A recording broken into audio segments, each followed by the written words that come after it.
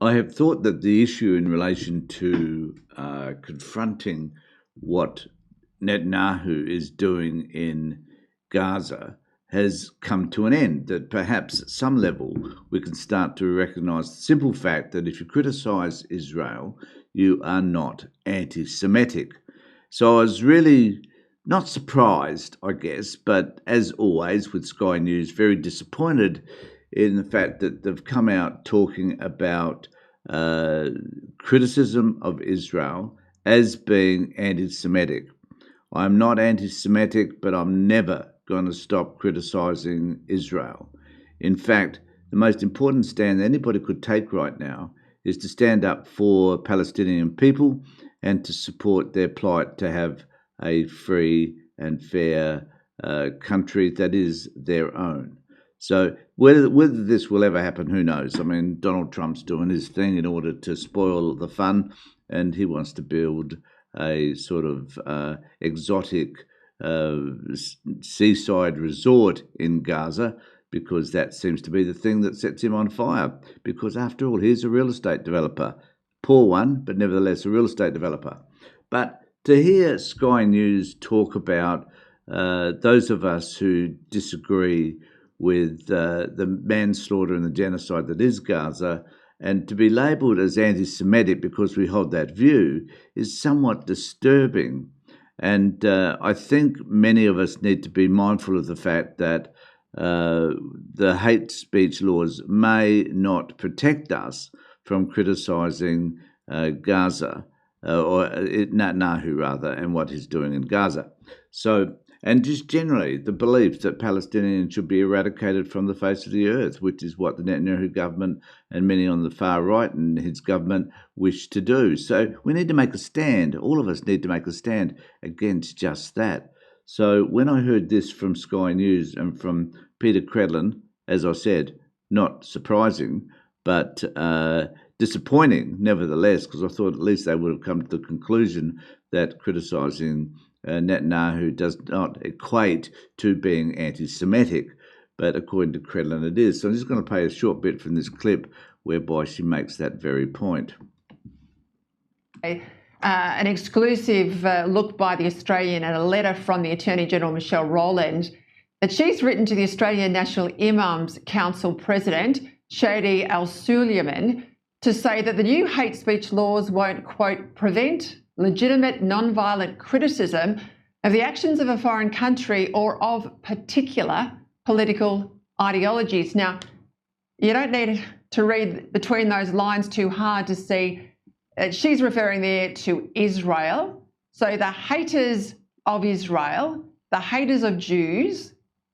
So what concerns me there is this notion that if you are if you're being critical of Israel, somehow, as she just said, you are a hater of Jews.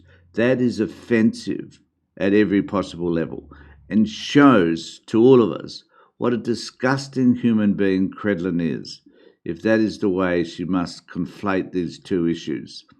We must stand against the genocide. We must call out Netanyahu for being the criminal that the ICC says he is, and we must make a stand. And in fact, when the Premier of Israel comes to, or the Prime Minister, whatever he might be, Herzog comes to Australia, we must stand up against that as well. In fact, I cannot understand why, under any circumstance, Tony Burke would even allow him into this country, given his comments and his political orientation in terms of the genocide that's happening in Gaza. Let's hear what else she has to say. Heaven forbid. Even with these new hate laws, will be able to disguise their anti-Semitism as, quote, opposition to Israel.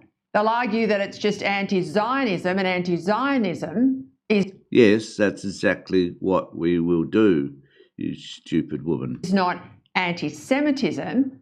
And, I back in Scott Morrison's speech in Israel overnight where he says there must be reformation of the Islamic faith in Australia if we are to prevail as a country with the values we once had. Well, I mean, if Michelle Rowland was nudging any harder with that, I'd wind up with a bruised rib, Peter. I mean, that is such a ridiculous statement that she's made there, because it is giving everybody a guide to say, here's what you say, here's what you don't say, but you can keep saying what you want to say as long as you say it this way.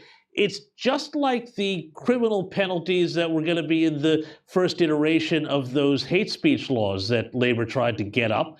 Because, of course, liberals demanded they go back to Canberra and then didn't have anything to offer once they got there.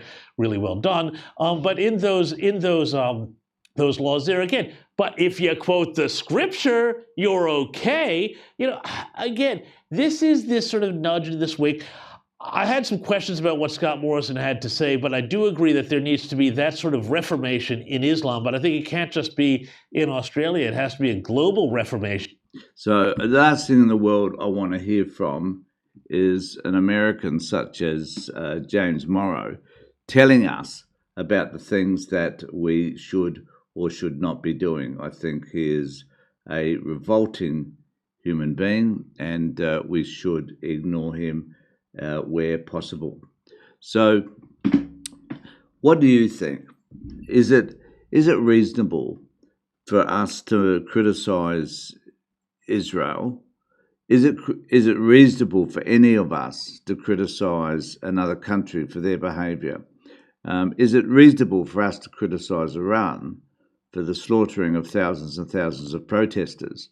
Of course it is. It doesn't need to take on a religious connotation just because we make that decision that the way the government's behaving is wrong. But as Credlin and others would like us to believe, we can not say or do things that are contravening our view of another country if it has a religious connection. So, it's okay to criticize Iran because they're Muslim. It's okay to criticize Syria because they're involved with ISIS. It's okay to criticize other countries. Is it okay to criticize American because they're Christian? So is it okay to criticize another country because they're bad? Of course it is. And we must do all that we can to let the authorities know that the population makes a stand against a certain aspect or a certain policy that another country may take that not only limits freedom of other people but also slaughters them. We must make a stand amongst all of those things. But to be able to say that I don't like what's happening in Gaza, it is genocide, it's killing innocent people, it equates to being anti-Semitism is actually bizarre.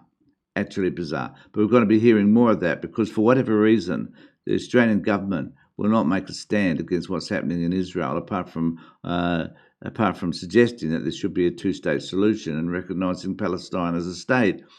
A move in the right direction, but does it solve the problem? No, it doesn't. Not until we start to talk openly about what Israel is doing in Gaza and the slaughtering of innocent men, women, and children. So let me know what you think in the comment section below. Remember to ring the bell for further notifications. Let me know what you think. In the meantime, take care.